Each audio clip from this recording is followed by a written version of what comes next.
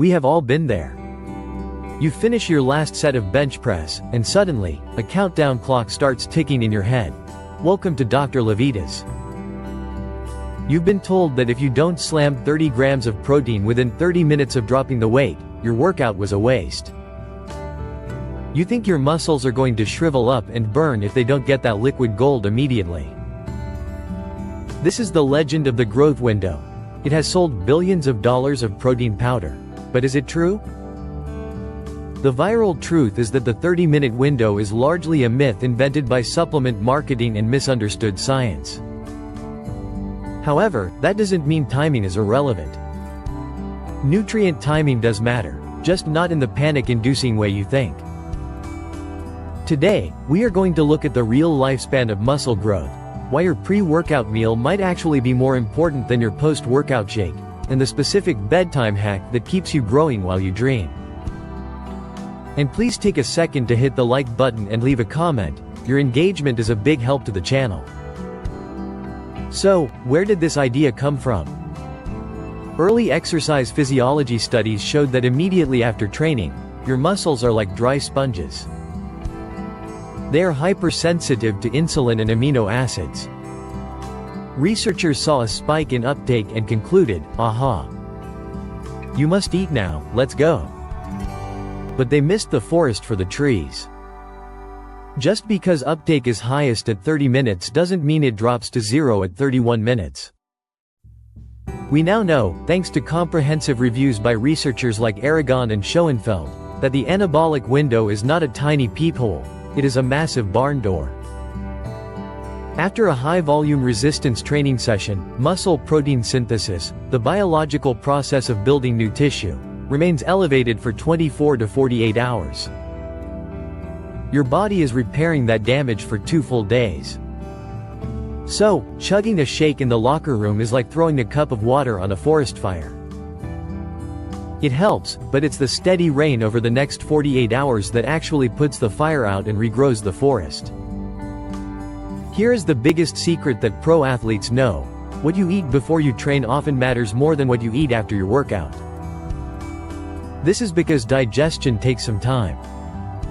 If you eat a solid meal of protein and complex carbs 2 hours before your workout, your body is still breaking that down while you are lifting. This means that during your set of squats, your bloodstream is already flooded with amino acids and glucose. You don't need to rush to replenish immediately after, because you haven't run out yet. You could say you are training in a fed state. If you train fasted, the post-workout urgency increases. But if you train fed, that window effectively essentially disappears because the nutrients are already in the system, waiting to be used. We talk a lot about protein, but let's talk a bit about carbs. In the context of the anabolic window, carbohydrates are like your insurance policy. When you train hard, you burn glycogen. This is the stored sugar. When glycogen runs low, your body releases cortisol, the famous stress hormone. Now remember, cortisol is catabolic, meaning it breaks down tissue to get energy. If you don't have enough glucose, your body may literally break down your own muscle tissue to turn it into sugar.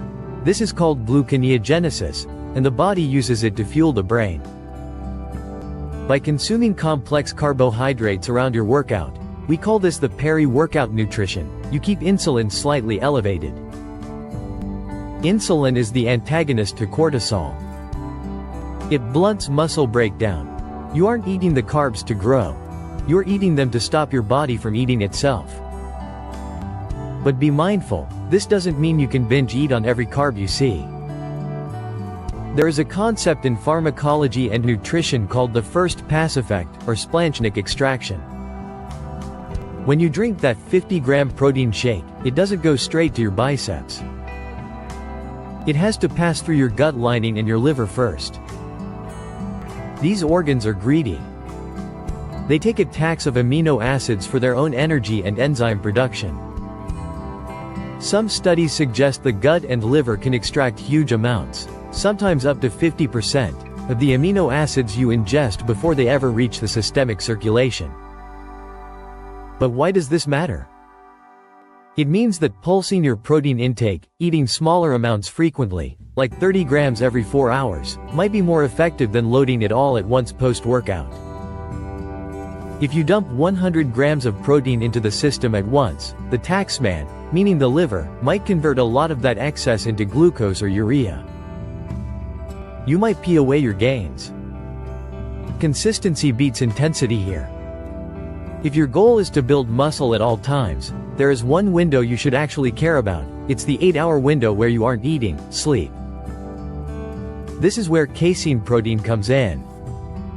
Whey protein is fast, it hits the blood in 20 minutes and is gone in 2 hours.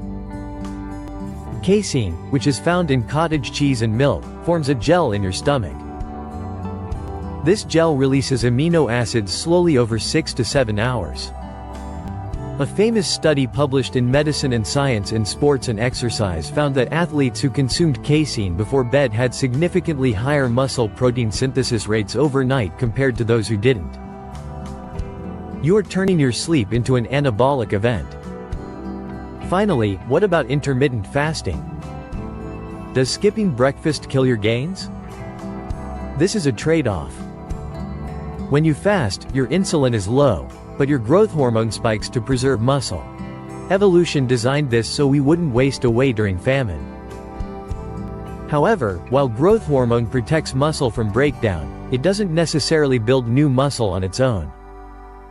You need insulin and amino acids, you need the mTOR activation, to build. If your goal is pure, maximum muscle size, for bodybuilding, fasting is likely suboptimal because you are shrinking your total eating window. But for the average person, the growth hormone spike from fasting is enough to maintain muscle while burning fat. You won't lose your gains, but you might not maximize them as quickly as someone eating 5 times a day. Here is the doctor's verdict: don't rush, just eat. The anxiety of the anabolic window is unnecessary stress. Stress raises cortisol, and cortisol kills gains.